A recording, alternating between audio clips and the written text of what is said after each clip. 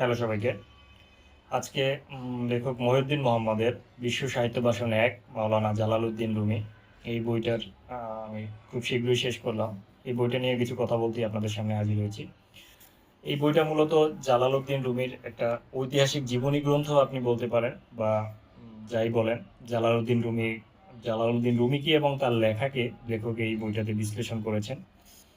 বিশ্লেষণ করার শুরুতেই উনি যে জিনিসটা প্রথমে নিয়ে এসেছেন সেটা হচ্ছে রুমির লেখা উনি আসলে খুব আমরা যেভাবে জানি উনি সেই দৃষ্টিতে দেখেননি।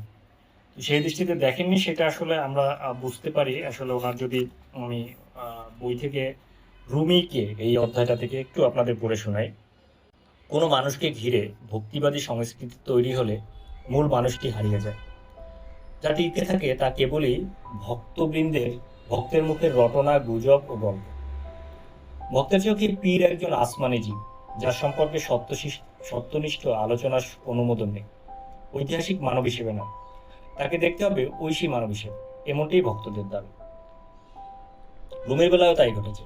তার কোনো নির্ভরযোগ্য হিস্ট্রিক্যাল বায়োগ্রাফি আমরা পাইনি। যা পেয়েছি তা কেবলই গুণমুগ্ধ ভক্তদের সৃষ্ট কল্পবাদী হেজিওগ্রাফি।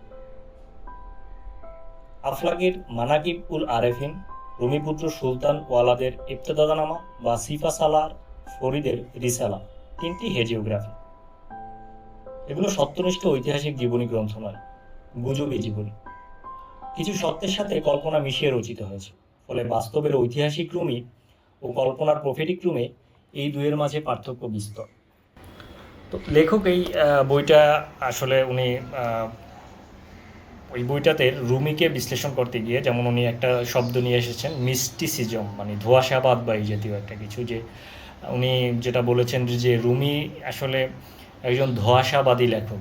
এখন এই যে শব্দগুলো বা এই জিনিসগুলো আপনাদের যারা রুমি ভক্ত বা যারা রুমিকে অনেক দিন থেকে চেনেন বা রুমির বিভিন্ন খুতবা বা আমরা যেটাকে মাসনবী, মানে রুমির বিভিন্ন উক্তি অনেক সময় আমরা শুনতে পাই, তাদের জন্য এটা একটা, আমার মনে হয় এটা একটা একটু ধাক্কা লাগবে বা একটু ভাবতে বাধ্য করাবে যে যেই রুমিকে আপনি চিনতেন লেখক তো সেই রুমির কথা বলতেছে না। যেই রুমিকে আপনি সম্মান করতেন, শ্রদ্ধা করতেন, লেখক তো সেইখানে একটু মনে হচ্ছে আঘাত দিচ্ছে।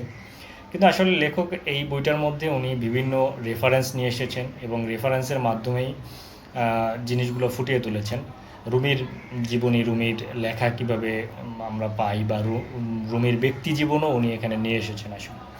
পাশাপাশি উনি কিছু জিনিস নিয়ে এসেছেন যে জিনিসগুলো আমাদের আমরা যেভাবে চিন্তা করি, আমাদের সোসাইটির একটা বড় অংশের মানুষের চিন্তা ভাবনাকে যেই জিনিসগুলো প্রভাবিত করে, এই যে আধ্যাত্মিকতা বা সুফিবাদ, এই জিনিসগুলো আসলে কিভাবে আমাদের চিন্তাকে প্রভাবিত করে সেটা আমরা রুমির জীবনী থেকেও কিছুটা হলেও পাই।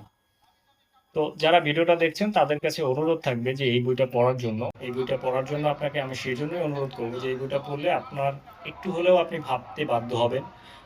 নতুন করে রুমিকে জানার একটা আগ্রহ আপনার মধ্যে তৈরি হবে।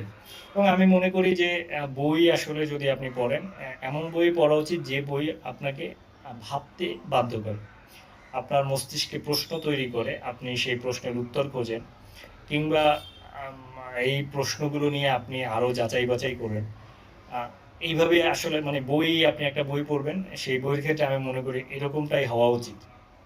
তো যারা ভিডিওটা দেখছেন সবার কাছে অনুরোধ থাকবে এই বইটা সংগ্রহ করার জন্য।